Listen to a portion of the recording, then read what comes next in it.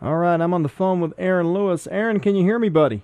Yes, sir. Good. Well, I want to say thank you for taking time out to do this interview, and I'm really looking forward to picking your brain about this new journey into country music. But first, I have to ask, being from Longmeadow, Massachusetts, how did you get into country music?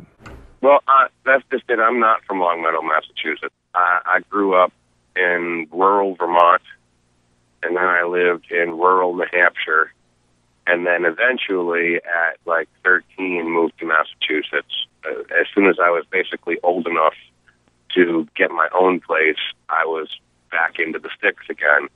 And I assure you, where I live in Massachusetts, it's a town of 1,200 people out in the middle of nowhere. You know, it was established long before the Declaration of Independence. John Hancock's summer home was here in this town, and the town sits on the stagecoach road that went from Boston to Albany. Massachusetts is not Boston.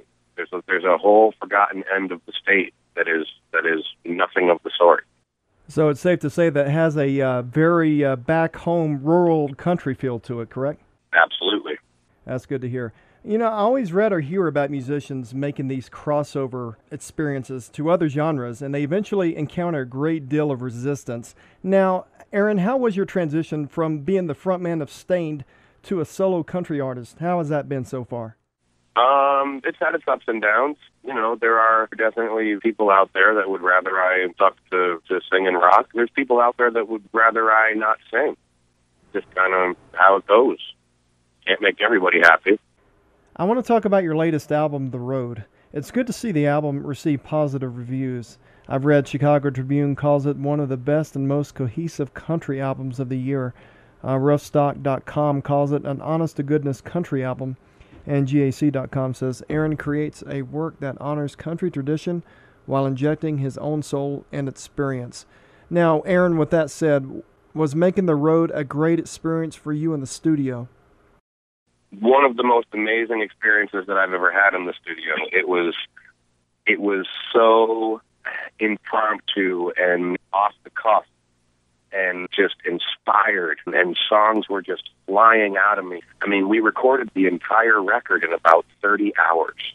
Wow, that doesn't sound like a whole lot of time. Mm-mm. And I can't help but notice when I first heard the album, it gave a resounding nod to that outlaw country sound, i.e. the Whalens and the Willies and the Johnny Cashes. Now, was that your intention going into the studio to do this album? I.e. my grandfather's country. You know what I mean? The country that I was inspired by, the country that was the first music that I ever heard in my life, was my grandfather's country, which, you know, was Willie and Waylon and Junior and Johnny Cash and George Jones and that time frame and that type of stuff.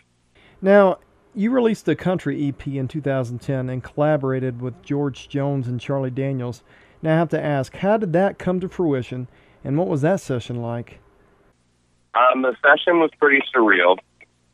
The session became, I had just finished doing vocals for Country Boy, and we kind of sat back and we were listening, and we listened through it, and James, who helped me produce the record, looked at me and said, well, who are you thinking to have come in as a guest appearance on this song? And I thought about it for a second, and I was like, well, you know, considering my references to the devil, it would probably be pretty cool to have Charlie Daniels come in and play a little fiddle on it or something. That's and James cool. was like, that's a good idea, I'll call him. And he picked up his cell phone and dialed the number from memory.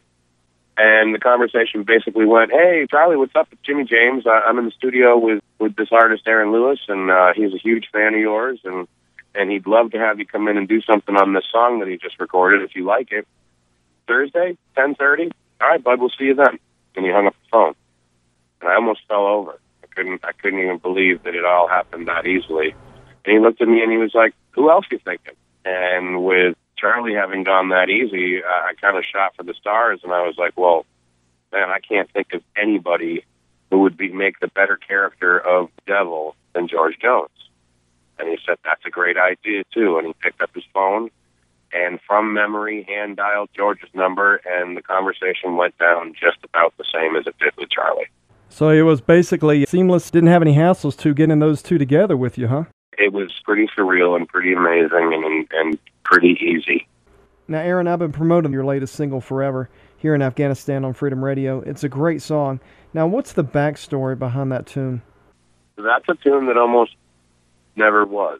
It was during sound check, and I just started playing the chord progression, and the next thing you know, the entire song came out of me all at one time, and it absolutely leveled me.